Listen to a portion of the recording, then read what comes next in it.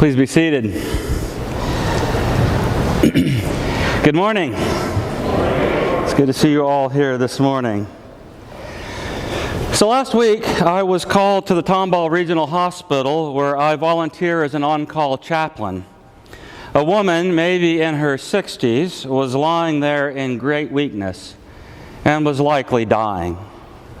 Her younger sister was there too. She is the one who had asked for a chaplain. Cordial and friendly, happy to see me. Inside, she was hurting, and you could see the hurt even through her friendly smile.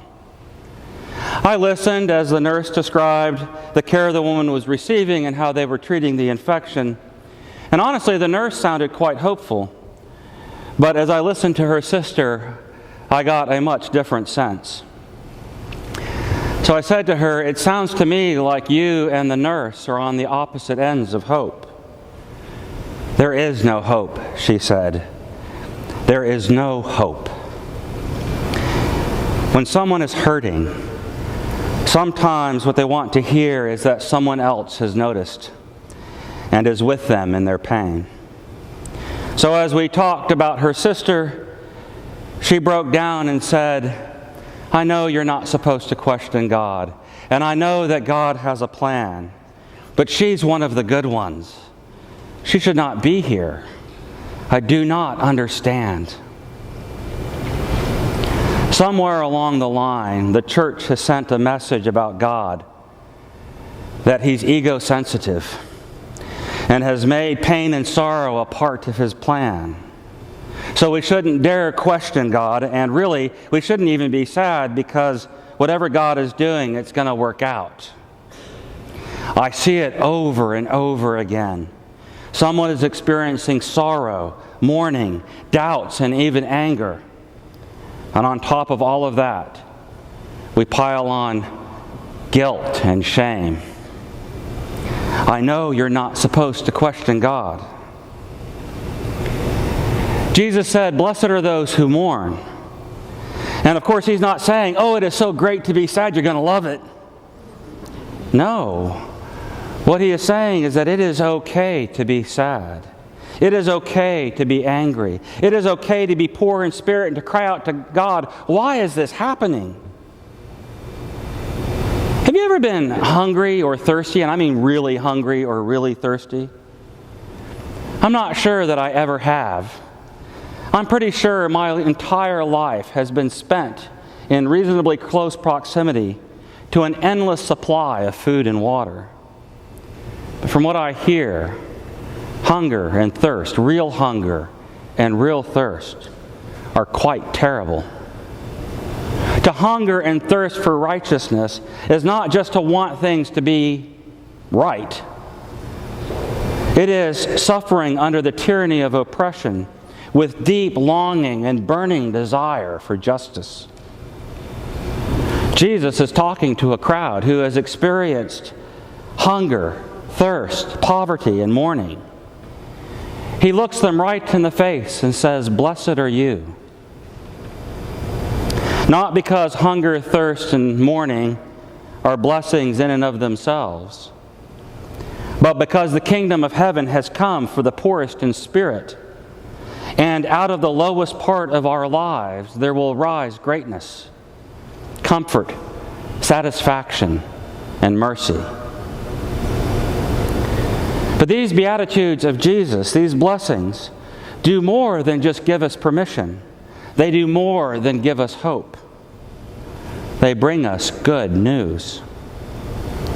In our world, we tend to think of blessing in terms of success and wealth and good health and longevity and good family. I say it all the time. I am blessed for many reasons, not the least of which is because I have never experienced deep hunger or thirst. I make a decent living. I have a wonderful family. I am blessed, and these are, in fact, blessings. But counting these as God's blessings can become dangerous in their absence. Am I so blessed because God favors me? What happens when I experience loss? The opposite of blessing is curse. And when we experience loss, it is easy to feel cursed. It is easy to feel cursed because we have somehow lost God's favor. Jesus looks at the hungry and the sad and the oppressed and the angry and says, "Blessed are you, because you have God's favor." Frederick Buechner illustrates the Beatitudes in this way. If we didn't know already, but were asked to guess the kind of people Jesus would pick out for a special commendation, we might be tempted to guess one sort or another of spiritual hero. Men and women of impeccable credentials, morally, spiritually, humanly, and every which way. If so, we would be wrong. You don't need to be of impeccable character to get a medal from God. You simply need to be you.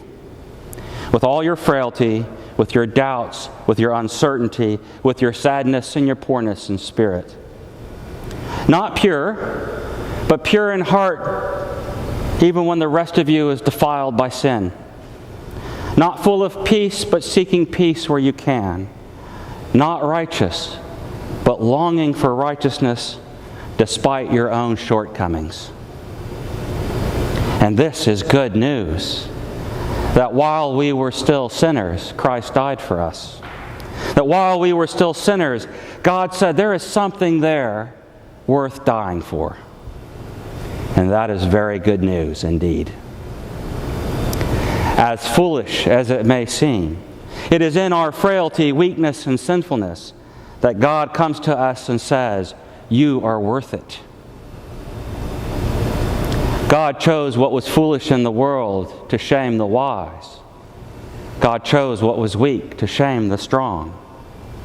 The Apostle Paul is writing to a church in Corinth that is being torn apart by division and disagreement, by factions who think they have the right answers in their own understanding.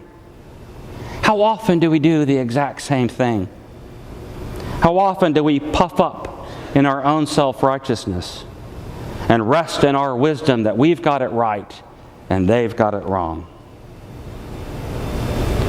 What Paul is saying to the factions in Corinth is the same thing that is true of every one of us. No matter what you think, at some level you are wrong. So God has chosen you in your wrongness to make His righteousness real in the world. We are called to proclaim the good news of Jesus Christ to a world that is aching in need of good news. But to proclaim the gospel in strength, with integrity, eloquently and powerfully, strips the cross of its power. To think you have to be men and women of impeccable character, morally, spiritually, humanly, and every which way, in order to be qualified to share your faith, then the cross has no power to save. God works with us in our weakness, so that none of us may boast. Jesus looks you right in the face and says, "Blessed are you in all your weakness and frailty. Blessed are you exactly as you are.